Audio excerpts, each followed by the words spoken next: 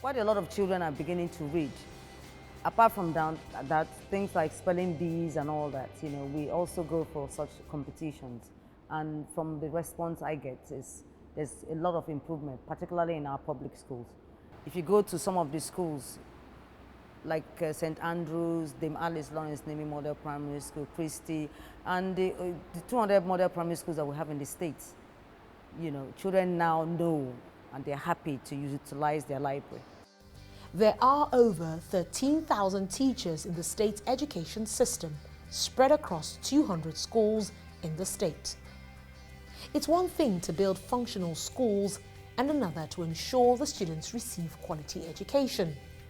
The poor reading culture in Nigeria is worrisome, and this has been blamed on a number of factors. I think it's an attitude to parenting. I am someone who believes that the family comes first. And I'm talking from my own experience. It's going to be subjective because I think everyone will be subjective in their own responses to issues in life. I believe, for me, the family comes first. And I think that's the first place that we can make change. So, for instance, I would tell the parents, and I did it. My children are older now, like in teenage years, but growing up, I read to them. What I'm doing in the wider society, I've done at home. It has worked, and they continue to top their classes, continue to excel in what they're doing, particularly in literature, things to do with reading. So I would like to encourage parents to take our responsibility very seriously. If we want to see change in the lives of our children, I always say to children in the book clubs, change begins with me. I don't believe in pointing fingers at anybody, whether it's government, leadership. I honestly don't believe it. I ask myself, what have you done? What have you done to make Nigeria better? What have you done to make Port Harcourt better? In order to capture a wider audience, especially the youths, the club organizes the Book of the Month event. The Book of the Month is discussed amongst a wider audience with the themes debated at every reading. An excerpt from a book is dramatized at these reading sessions by the Institute of Arts and Culture from the University of Port Harcourt. If he does not return my spell, if he does not return, I shall be enraged. I shall grow furious. He shall cry in my hand, helpless, like a woman about to give birth. One of Nigeria's oldest living writer, Captain Elechi Amadi, is an award-winning African author and playwright. Captain Amadi was chair of judges in the Africa 39 project aimed at celebrating great writers under the age of 40 from Africa and south of the Sahara. He is excited over Port Harcourt's status as the World Book Capital for 2014. Well, we're very happy. We in Port Harcourt, we are very proud, and we've been boasting about it. But at least I think we deserve it because we got one or two writers here. I'm here, Gabriel Akara is here. Sarah Wiwa used to be around. And so I think it's not an undeserved recognition. It's going to finally convert Port Harcourt from a purely commercial oil town to something more cultural and more intellectual. Yeah, because I've always lamented that Port Harcourt is a swinging town, nice town, but culturally and intellectually it's very dull.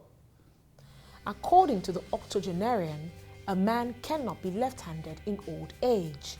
The same, he says, applies to reviving the reading culture. Well, it's difficult to bring back the book midstream. When a woman is middle-aged and habits all formed and so on, if he or she is not used to reading as a form of pleasure, you can't inculcate it at that time. So you just have to get back to the roots, start to catch them young. So we have to equip our secondary schools with good libraries, good literature teachers who can inspire them. And then, you see, it's a habit that has to be inculcated in the child. Now, what qualities should a good literature teacher possess? Passion. Passion. The moment you show passion, the students pick it up. And that's where the love begins. You know, you yourself should show that indeed you are passionate about literature. Then your students will just take after you easily, you know. And it's not even only in literature, in other subjects. Poised to capture the older generation eager to learn and further their education, Rainbow Book Club, in partnership with Faith Baptist Church, is running adult learning programs. Look at what I have written on the board. A noun which refers to one person, animal, place, or thing is what? Singular, e.g., man. Benedict Nwokafo will be 60 years old in July. She's here to learn to read and write. The teachers have to speak like today, today's own way you people see. They teach us about noun, pronoun, verb, adjective. They teach us different how we will join it together and use it to make sentence. As the campaign to promote the reading culture spreads gradually across Nigeria, stakeholders that make this possible may be facing tougher times ahead. With the recent amendments to the country's common external tariff, the combination of import duties and levies on books have gone up to 62.5%. The office of the Minister of Finance should be able to explain how this tariff is there. Publishers are complaining about it because it made the cost of books rise, you know, and books and educational materials, we shouldn't be having these tariffs. Not only are the tariffs unfair to publishers, they are illegal. In spite of the challenges ahead, Chimeka Garrix, author of the book Tomorrow Died Yesterday, believes adopting a style of writing to suit today's audience type may be a solution to changing the poor reading culture.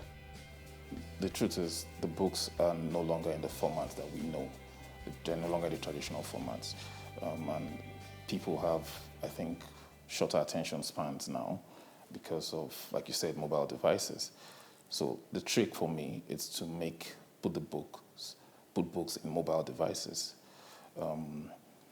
Most people now wouldn't have the time to read a novel. I mean, if you go online, people read articles like 2,000 words and they complain that it's too long, you know.